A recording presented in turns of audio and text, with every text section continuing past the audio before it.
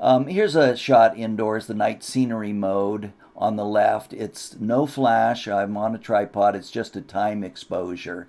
And the photo looks nice. The one on the right is the night portrait mode. The flash has fired. It's lit up. Katie's face, my wife and I, our faces are very bright. They're both acceptable photographs. I think in this case, when I had to run and get in front of the camera, the night portrait mode worked the best.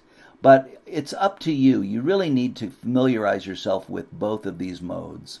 The night scenery mode, because it is your time exposure mode, the exposures can be, quite long, and you've got to use a tripod. Here are some examples of the night scenery mode. Note there's no bugs in the air because the flash didn't fire. This was a much earlier camera, and I used the flash disabled mode, and I was on a tripod. This was taken with the night scenery mode and a star filter. A student of mine did this, and she did with and without the star filter. The camera was on a tripod. It's fairly long exposure, really spectacular photograph. The night scenery mode is a very useful way to get shots in extremely low light situations. There's lots of creative ways to get interesting night shots.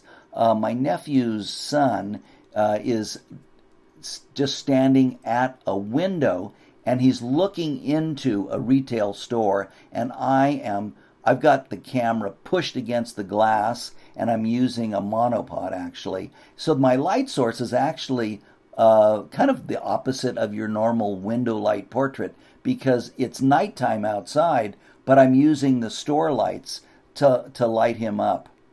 Now, the night scenery mode can produce exposures up to 2 or 3 seconds, but it's unlikely to produce an image like this one.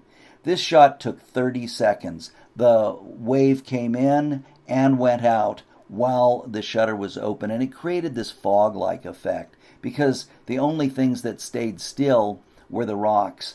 You'll need to go to shutter, aperture, or manual mode to get extremely long exposures like this. Night scenery will not deliver shots like this. The camera can't figure out the right exposure for star shots. You'll have to use a sturdy tripod and choose the manual mode. Shots like this are best done on a Sony camera because the ISO goes up to 20,000. But with a normal digital camera in the manual mode, you can take a shot up to about 10 seconds. After that, the stars start to streak a little bit, and you can get something very similar to this on a tripod in the manual mode. Now, the sports mode is a very handy mode. The sports mode was used, I was photographing the U.S. trials for gymnastics, and so I couldn't use a flash indoors, but it was a really well-lit gymnasium, and as it turned out, the sports mode forced my camera to go to ISO 3200, so Dave, my assistant, he's shooting there in that photograph, and he and I got some particularly good shots with the sports mode. The sports mode turns your camera into a motor drive device, and it's capable of taking a series of shots with high shutter speeds. The camera will fire out continuously as long as you hold your finger on the shutter button release. And so let me just repeat that. You push the shutter button down and you hold your finger there, and it'll just jing, jing, jing. It'll just take one shot after another. The camera will often reduce the file size and increase the ISO to allow for these rapid shots to be written onto your memory card. So you have to have a very modern, fast memory card for the sports mode to work. I recommend getting a memory card that is optimized for video. And it says right on there, it's a multimedia card. You pay a little extra for it, but cards are getting very, very inexpensive. If you have an old card, particularly one that came with your camera, it's certainly not going to be a real good quality card, and now's a good time to replace that. The success of this shot involved setting up the model and controlling the action. I was in sports mode with a telephoto lens. Although the sports mode will capture shots like this, many photographers use shutter priority because they can select the speed of their choice. This was a student photograph. He shot this at a 2,000th of a second, and it was at a batting practice for the Little League team. And that's why he just got one shot after another. Boom, boom, boom. Next batter. Boom, boom, boom. And they're just pitching balls, and the kids are just smacking them one right after the other. You just can't go wrong. You're never going to get a shot like this during a game. The same with this shot. I was hired to photograph a bunch of soccer teams, and they wanted some action shots taken at games. And of course, in soccer, hitting the ball with your head is like one of the most exciting actions that can happen, but you'll never get that if you just try to get it at games. You'll miss it every time. The players will be too small. But I went to a practice, and they're all bouncing the ball on their heads in a line, and I just went from kid to kid to kid, and in 20 years he's going to go, yeah, I remember I headed that ball, scored the final goal and won the game, and I won the championship. No, not really. It just was me taking a practice shot and this one was the student did it at a warm-up and batting practice. It's a really great way to get shots and use your sports mode so you have lots to choose from. In this shot, the runner from Ethiopia lost her shoe and still qualified for the finals. This was taken at a 2,000th of a second by a colleague of mine, and he was using the sports mode. This shot was done at a 1/10,000th of a second on a high-end Nikon. The more you pay, the faster shutter speeds you get on these high-end cameras. Most cameras only go up to about a 4,000th of a second. Now, the sports mode shots can be challenging if you're trying to get a pet to cooperate. I think it's still the right mode to choose for action pet photos. This was a team effort involving my wife throwing the ball. These 3 shots were consecutive frames, boom, boom, boom, right after one another, taken in the sports mode. You'll see the next screen that auto was used, and it just wasn't responsive enough. I did get a reasonably sharp shot of my dog Sherlock catching that ball. It took a lot of tries in the sports mode. This was taken in the auto mode. I tried countless times to get her to catch the ball, and the camera just did not react fast enough in the auto mode, and I was unsuccessful in getting a good action picture. For more serious action shots, you may choose shutter priority mode. In this mode, you choose the shutter speed and the camera chooses the corresponding aperture. You have to be in pretty bright outdoor light to get good quality stop action photos, like the one of the batting practice. On most cameras, it is the S mode. On Canon, it's the TV mode. That stands for time value. You may choose any ISO in this mode. I would recommend taking your camera off auto ISO so you can get full control, because if you want to go for a really fast shutter speed, you're going to need high ISO settings. That could be ISO 2400 or 3200, depending on how high your ISO settings are on your camera. This concludes the coverage of the basic camera modes. We're going to cover aperture priority, shutter priority, and manual mode in a future lecture. I don't want to overwhelm you.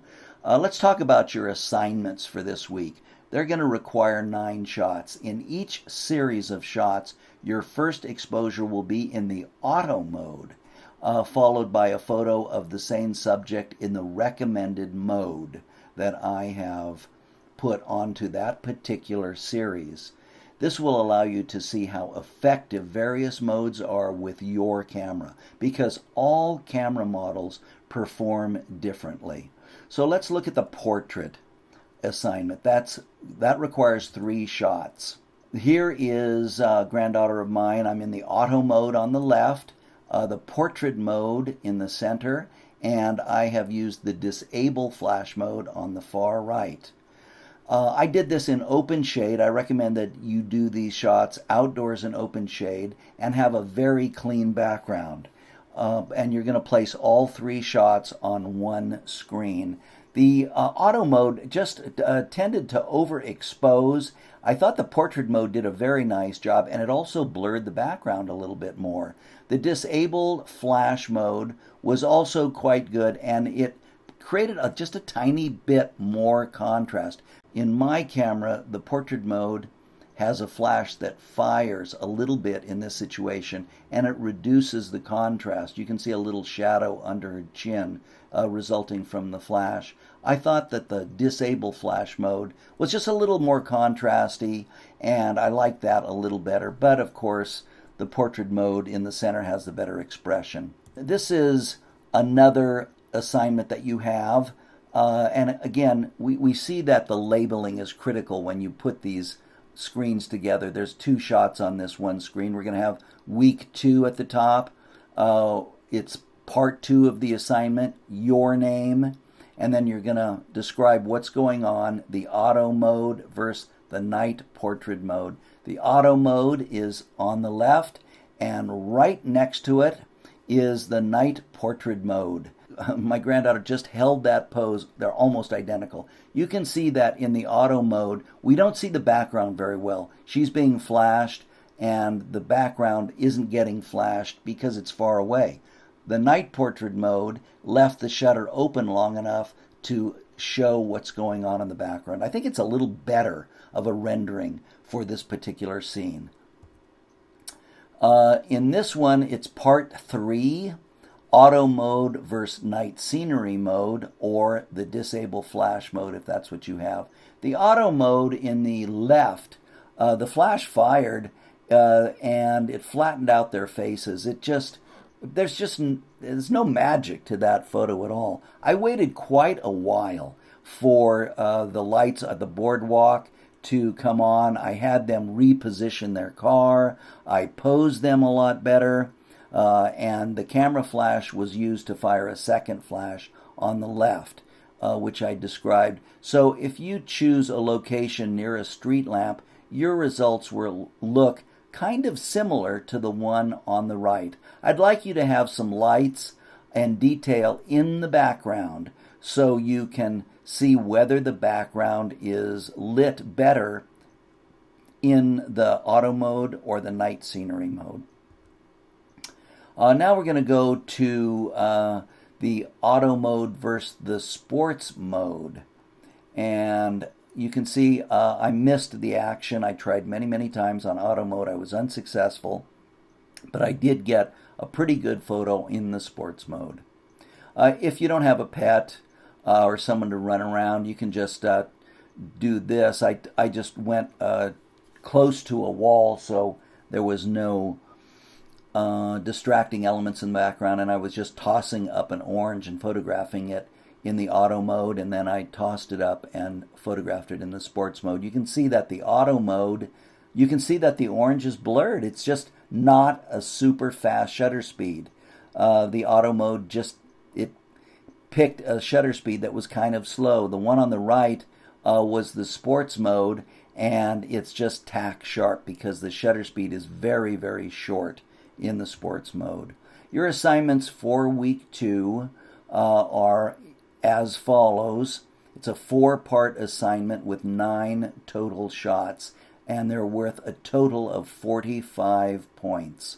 Well, that wraps up our lecture on camera modes. I think you'll agree there's a lot to modes that will help you to get the camera settings that you want just by choosing the right mode. I look forward to seeing your assignments.